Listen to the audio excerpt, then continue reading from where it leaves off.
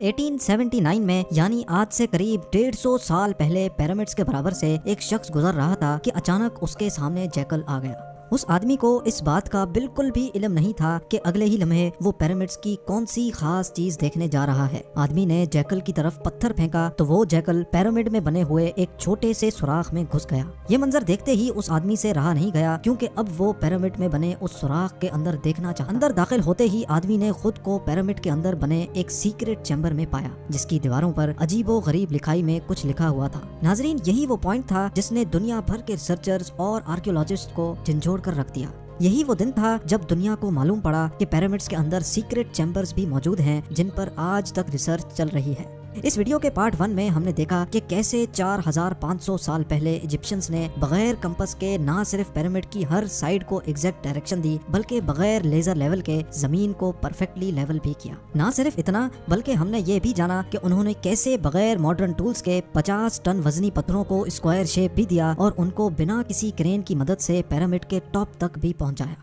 ये तमाम चीजें जानने के बाद रिसर्चर्स परेशान थे कि किंग्स चैम्बर में मौजूद 1 पीस ग्रेनाइट से बनाया हुआ ये ताबूत अंदर इस छोटे सुराख से कैसे लाया गया।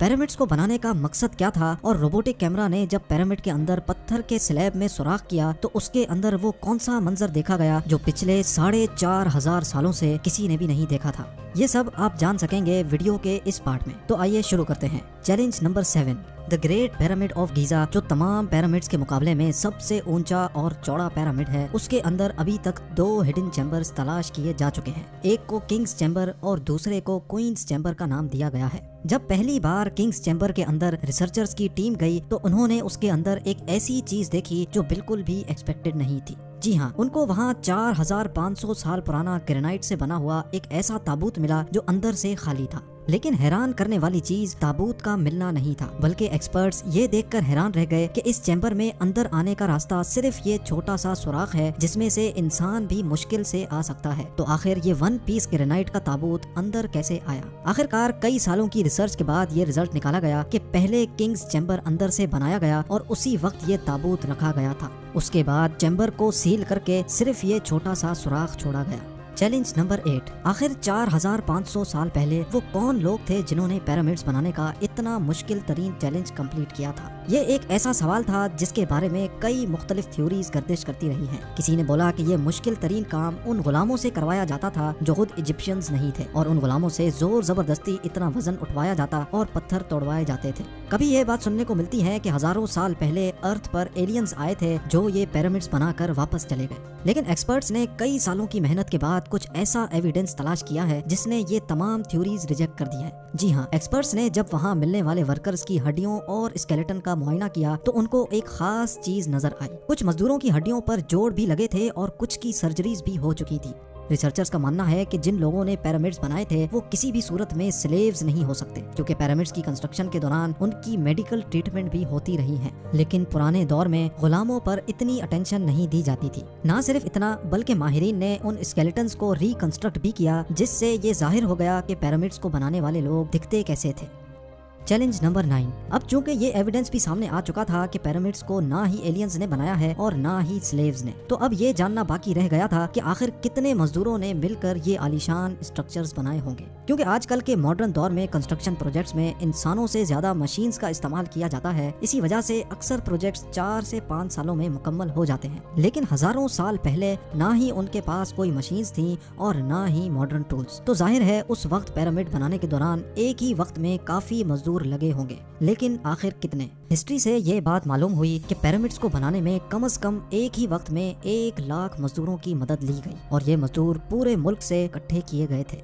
चैलेंज नंबर 10, पिरामिड्स की उलझी हुई गतियां अब सुलझना शुरू हो चुकी थी। एक्सपर्ट्स और आर्कियोलॉजिस्ट अब एक ऐसे मोड़ पे खड़े थे जहां उन्होंने पिरामिड्स की कंस्ट्रक्शन के कई पोशीदा राजों को फाश कर दिया था। लेकिन कई राज अभी भी पोशीदा थे जो बार बार रिसर्चर्स को तंग कर रहे थे। उनमें से एक राज था पिरामिड बनाने का मकसद। जी हाँ, 60 लाख टन से भी ज्यादा वजनी 23 लाख पत्थरों से बना सिर्फ एक पिरामिड और उनके अंदर बने सीक्रेट चैम्बर्स का आखिर कोई तो मकसद होगा। रिसर्चर्स का मानना था कि सिर्फ ममीज को दफनाने के लिए इतना تام جام نہیں کیا جا سکتا، بلکہ ان پیرامڈز کا کوئی اور خاص مقصد بھی تھا۔ اس مقصد کو جاننے کے لیے دنیا بھر سے مختلف اداروں سے مدد حاصل کی گئی اور یہ رزلٹ نکالا گیا کہ پیرامڈز کا مقصد تھا انسانوں کو خدا بنانا۔ جی ہاں، ایجپشنز کا ماننا تھا کہ جب انسان مر جاتا ہے تو وہ اوپر آسمان میں جا کر ایک ستارہ بن جاتا ہے اور مرنے کے بعد بھی وہ پیچھے رہ گئے اپنے ساتھیوں، اپنی فیملی اور اپنی دھرتی کے کام آتا رہے، اس کے لیے اس کو ان پیرامڈز میں دفنایا جائے گا، جو پیرامڈز کی وال پر لکھی ان ریلیجیس لینگویج کی مدد سے اپنا مقصد حاصل کر سکے گا، اور یہی شاید ان کا بلیف تھا۔ لیکن پیرامڈز کا اصل مقصد یہی ہے یا کوئی اور، اس کا ابھی تک کوئی ایویڈنس نہیں مل سکا۔ چیلنج نمبر 11، اینشینٹ انجینئرنگ کی ہسٹری کے ان شاہکار اسٹرکچرز کے ڈیزائن نے ایک بار پھر سے ایکسپرٹس کو مصیبت میں ڈال دیا۔ یہ معاملہ شروع ہوا تھا گیزا کے پیرامڈز کی ایک ایریل فوٹوگراف سے، جس میں دیکھا گیا کہ ان تینوں پیرامڈز کا اسٹرکچر ایک دوسرے سے الائنڈ نہیں ہے۔ یہ معلوم نہیں ہو پا رہا تھا کہ جن لوگوں نے 4500 سال پہلے انچ بائی انچ لیول کر کے اتنی صفائی سے پیرامڈ بنائے، انہوں نے ان تین پیرامڈز کو ایک دوسرے سے الائن کیوں نہیں کیا؟ کیوں ان تینوں کی پوزیشنز آپس میں کسی بھی صورت میں میچ نہیں ہو رہی؟ پہلے تو یہ ایک کو انسیڈنس سمجھا گیا، لیکن صرف تب تک جب تک رابرٹ پوال نے یہ کوڈ کریک نہیں کیا تھا۔ رابرٹ پوال کا ماننا تھا کہ یہ سب ایک کو انسیڈنس نہیں، بلکہ ان پیرامڈز کی یہ پوزیشنز ایک سوچے سمجھے پلان کی وجہ سے رکھی گئی تھی، کیونکہ اس دور میں ایجپشین ستاروں کو بہت مانتے تھے۔ اسی وجہ سے انہوں نے اورینز بیلٹ کے 3 ستاروں کی پوزیشنز کے حساب سے ہی یہ پیرامڈز بنائے۔ اگر غور کیا جائے تو ان 3 ستاروں میں سے 2 برائٹ ستارے ہیں، پر ایک ستارہ ڈم بھی ہے اور ان دونوں سے ہٹا ہوا بھی ہے۔ ستاروں کا یہی ایگزیکٹ پیٹرن گیزا کے پیرامڈ میں بھی استعمال کیا گیا۔ چیلنج نمبر 12، 1980 میں پیرامڈز پر ایک خاص قسم کی ایکس ریز پھینکی گئی، جس سے معلوم پڑا کہ کوئن اور کنگز چیمبر کے علاوہ پیرامڈ کی ٹاپ پر ایک اور سیکرٹ چیمبر بھی موجود ہے۔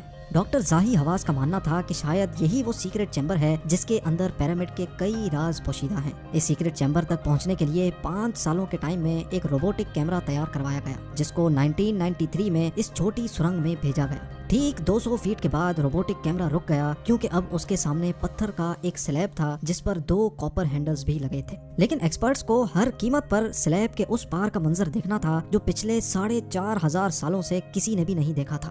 اس کے لیے مزید 8 سالوں کی محنت کے بعد ایک ایسا روبوٹ تیار کیا گیا جس کے آگے ڈرل مشین بھی لگی تھی۔ 2001 میں اس روبوٹ نے لائم سٹون سے بنے سلیب میں باریک چھید کر دیا، اتنا باریک کہ صرف ایک کیمرہ اس میں اندر جا سکے۔ جب کیمرہ نے اس چھید کے اندر دیکھا تو اس کے اندر ایک اور پتھر کا سلیب موجود تھا، لیکن جب کیمرہ کا اینگل زمین کی طرف کیا گیا تو کچھ ایسا نظر آیا جس نے سب کے رونگٹے کھڑے کر دیے۔ جی ہاں، زمین پر لال رنگ سے کچھ خاص الفابیٹس لکھے تھے۔ یہ الفابیٹس اس چھوٹے پیسج کو سیل کرتے وقت 4500 سال پہلے لکھے گئے تھے۔ نہ ہی ایکسپرٹس کو یہ لکھائی سمجھ آئی اور نہ ہی اس کا مقصد سمجھ آیا، لیکن ڈاکٹر زاہی حواس کا ماننا ہے کہ اس دوسرے سلیب کے اس پار ضرور ایک سیکرٹ چیمبر موجود ہے جو پچھلے 4500 سالوں سے کسی نے بھی نہیں دیکھا۔ ہو سکتا ہے آنے والے چند سالوں میں کوئی دوسرا ایڈوانسڈ روبوٹک کیمرہ اس چیمبر کے اندر دیکھ سکے۔ آپ لوگوں کا اس بارے میں کیا خیال ہے مجھے کامنٹس میں ضرور بتائیں۔ امید ہے زیم ٹی وی کا یہ ایپیسوڈ بھی آپ لوگ بھرپور لائک اور شیئر کریں گے۔ آپ لوگوں کے پیار بھرے کامنٹس کا بے حد